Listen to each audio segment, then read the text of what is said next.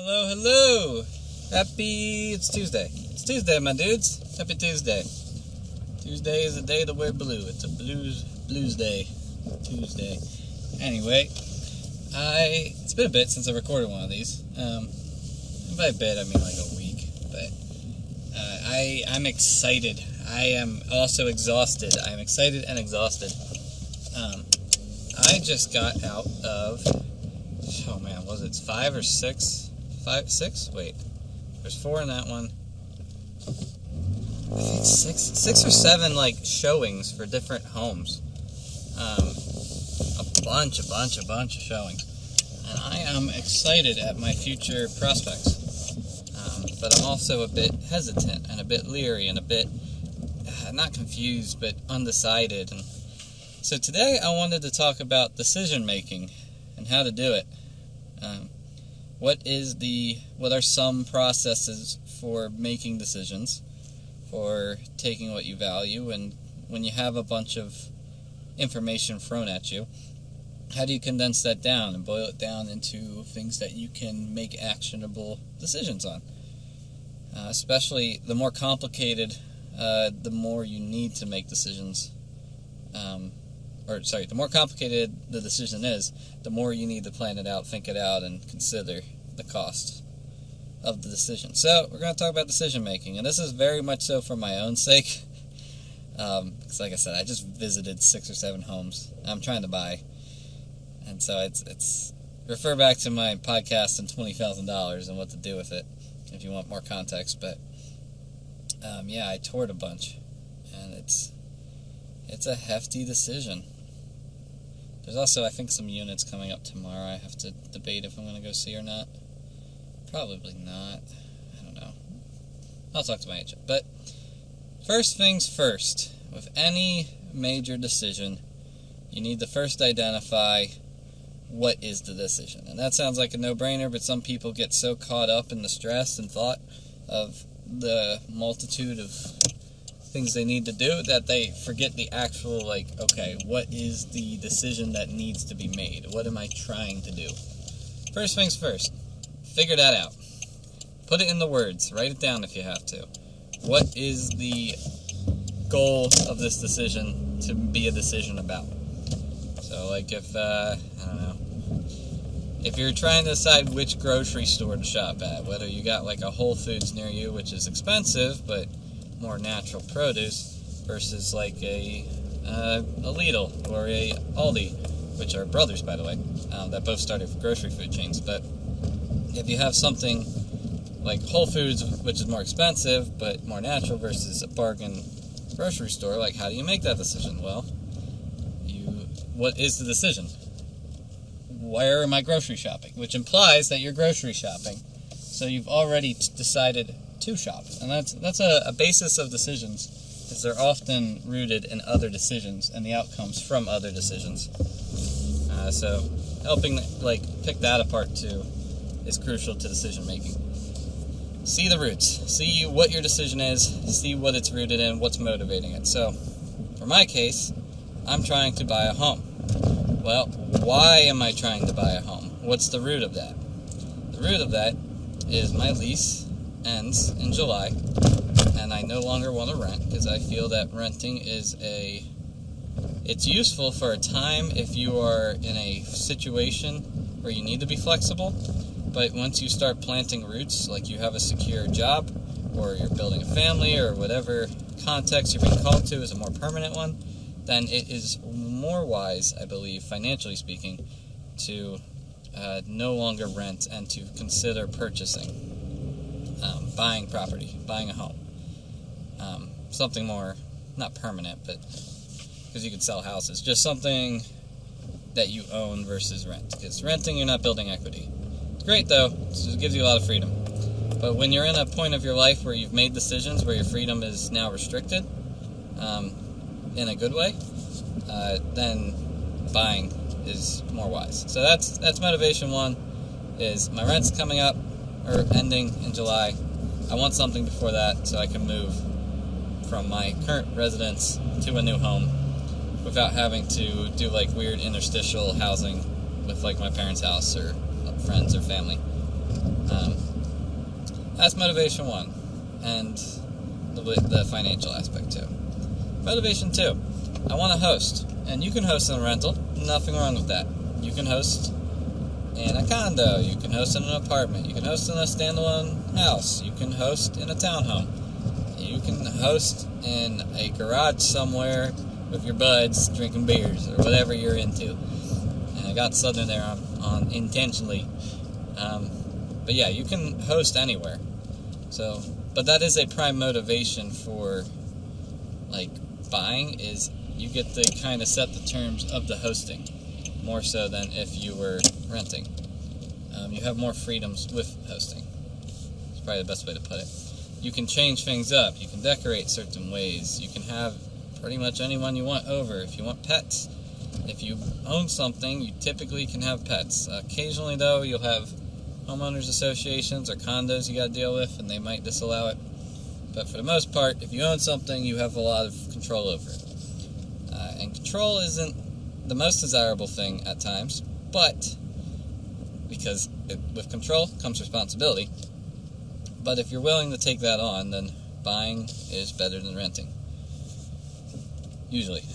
It also depends on the market in general. Right now, it's a really bad housing market for people who are buying, I believe.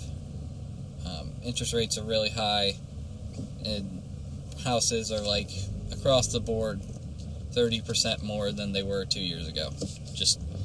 I was looking at listings. People bought houses for $200,000 are now listing them for like $340,000,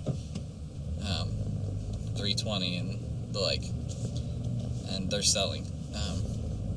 It's a seller's market at the moment, as of this recording. That'll probably change in the next 5 months, but I'm not going to get into macroeconomics at this point. What else? So that's the root of my decision, is I want to host, and I want to plant roots and stop renting, and start building equity, because I have a job that I'm considering as a stable job. I've been there for about 4 months. That's why I started recording these pep talks, just 4 months ago. Been there for 4 months. I really like my job. I really like the freedom it gives me with my work schedule. Not that there is freedom in it. I'm on every day at the same time, pretty much, with plus or minus an hour and a half. Really just plus, because I show up right at 6:30 ideally, but if I have to show up at 8, I can. So I leave myself a buffer. But yeah, I really like my job. It pays well, and it's satisfying work, and there's a lot of freedom. It's salary. If I get my work done, and I don't have more work to do, I don't have more work to do. I can chill.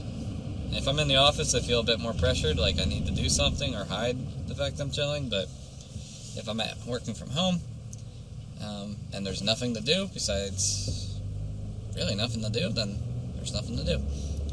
And my boss knows it. It comes in waves, apparently. There's seasons. So we're seasonally busy, which happens. I mean, it's HVAC. It makes sense. Regardless, though, big decision.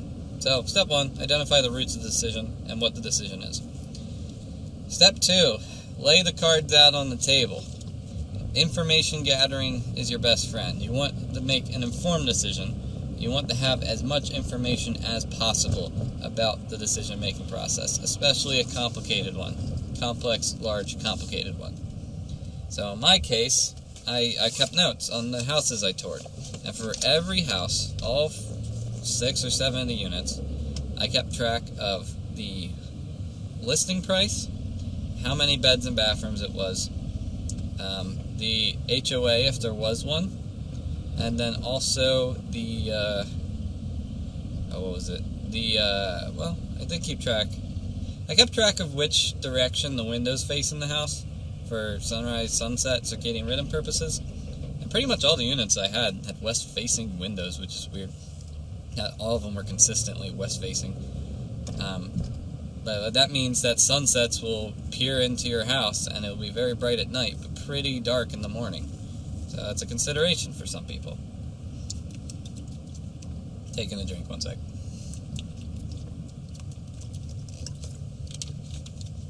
Haven't had anything to drink in a couple hours. Okay.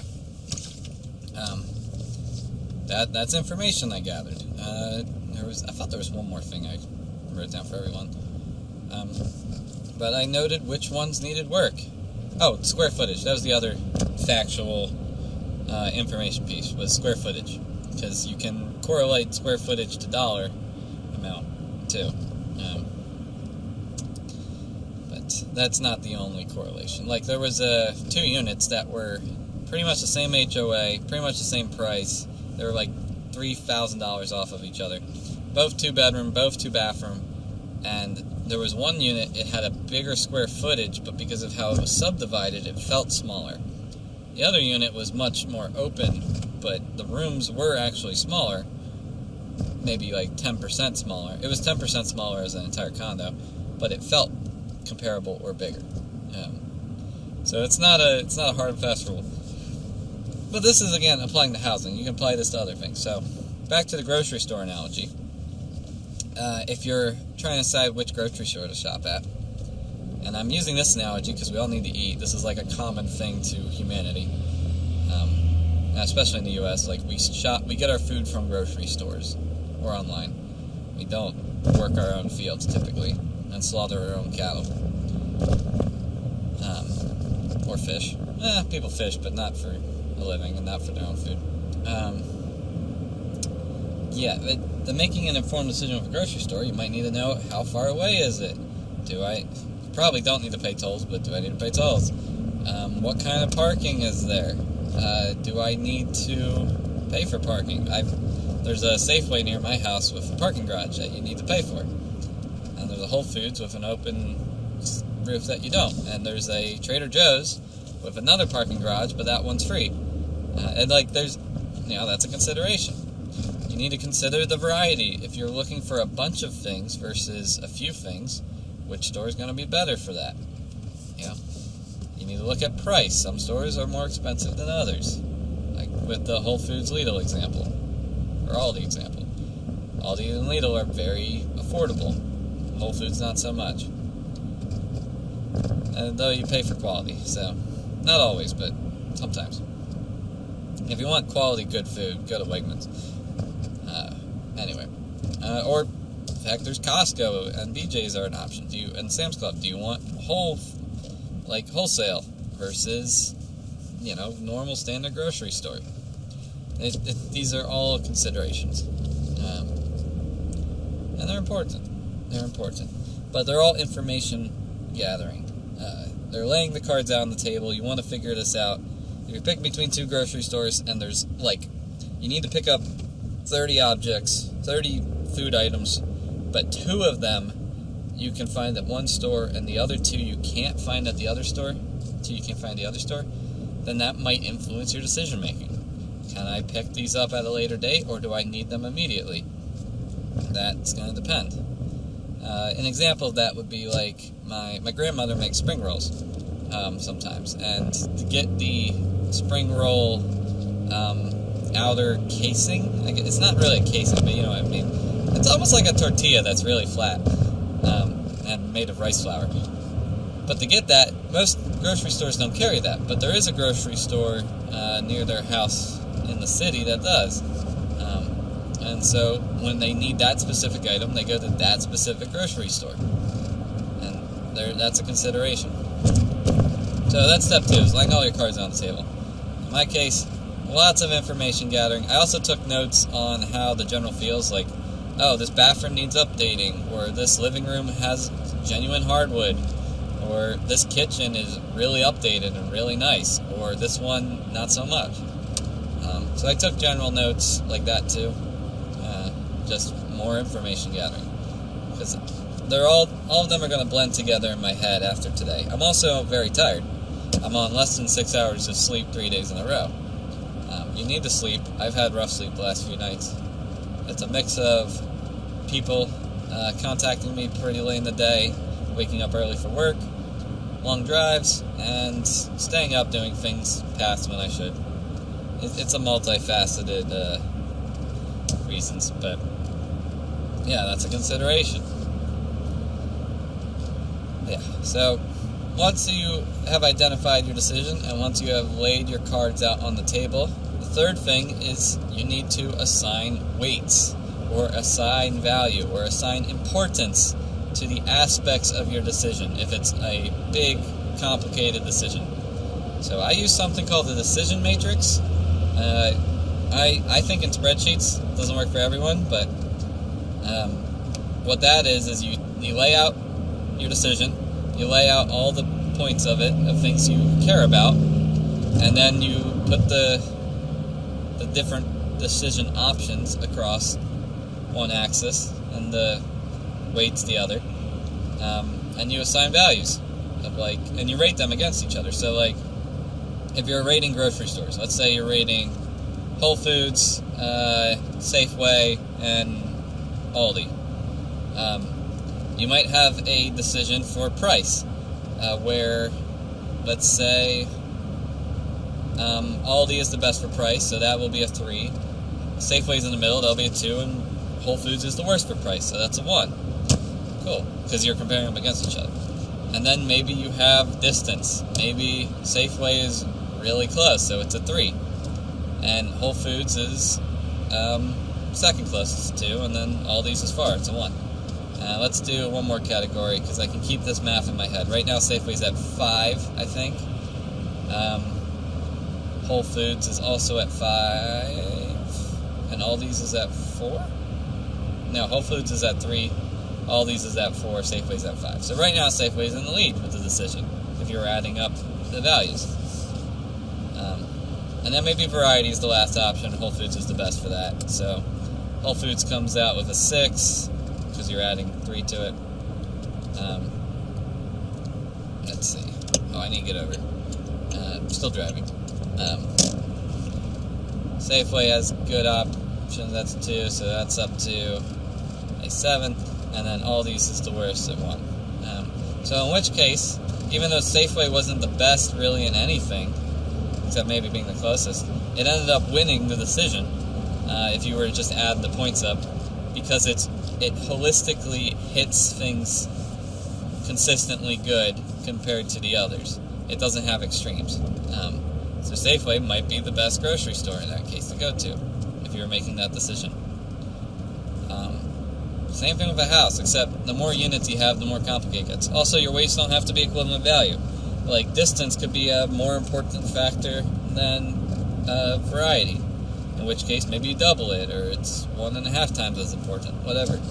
You can have multipliers for your decision, and then you still rate them against each other, you just apply a multiplier. Or maybe one is outstanding, maybe Safeway is literally underneath my apartment complex, it's in the same building. Maybe I give it a 5 instead of a 3, because it's so much better than the rest. That is what I mean. Assign value to your decisions. Break out. Basically, make it one big decision. Break it into as many small decisions as you can that are very cut and dry. Very yes, no, number-based or feeling-based. Just break it down, make it more simple. And then sum those up. Whether you're doing that additionally or general vibes. It's hard to look at a big... How to put it? When you're making a puzzle, to use another analogy, when you're making a puzzle, let's say you dump all the pieces out. It's a 1,000-word or 1,000 puzzle. You dump all the pieces out. It's very difficult to immediately know the order that those pieces need to go in. It's very difficult to lay them all out and just make the puzzle immediately.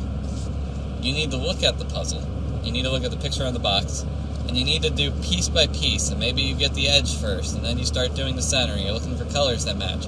And you're making this big decision of assembling a puzzle into a bunch of smaller pieces that are easy to manage.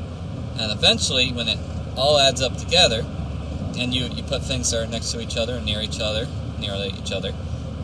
it comes together and makes a full puzzle. And that's what this third step does, is it makes these big decisions as simple and subdivided as possible. Almost to the point where the decision sometimes doesn't even look like the same decision by the time you're done with this process. You might be thinking, oh, I need to shop at this grocery store, or I need to figure out where to shop. But at the end of the decision, you might end up deciding, like, not where do I need to shop, but what do I need to shop for? Or what is the least painful thing? Not necessarily which one's the best, but which one's going to hurt the least.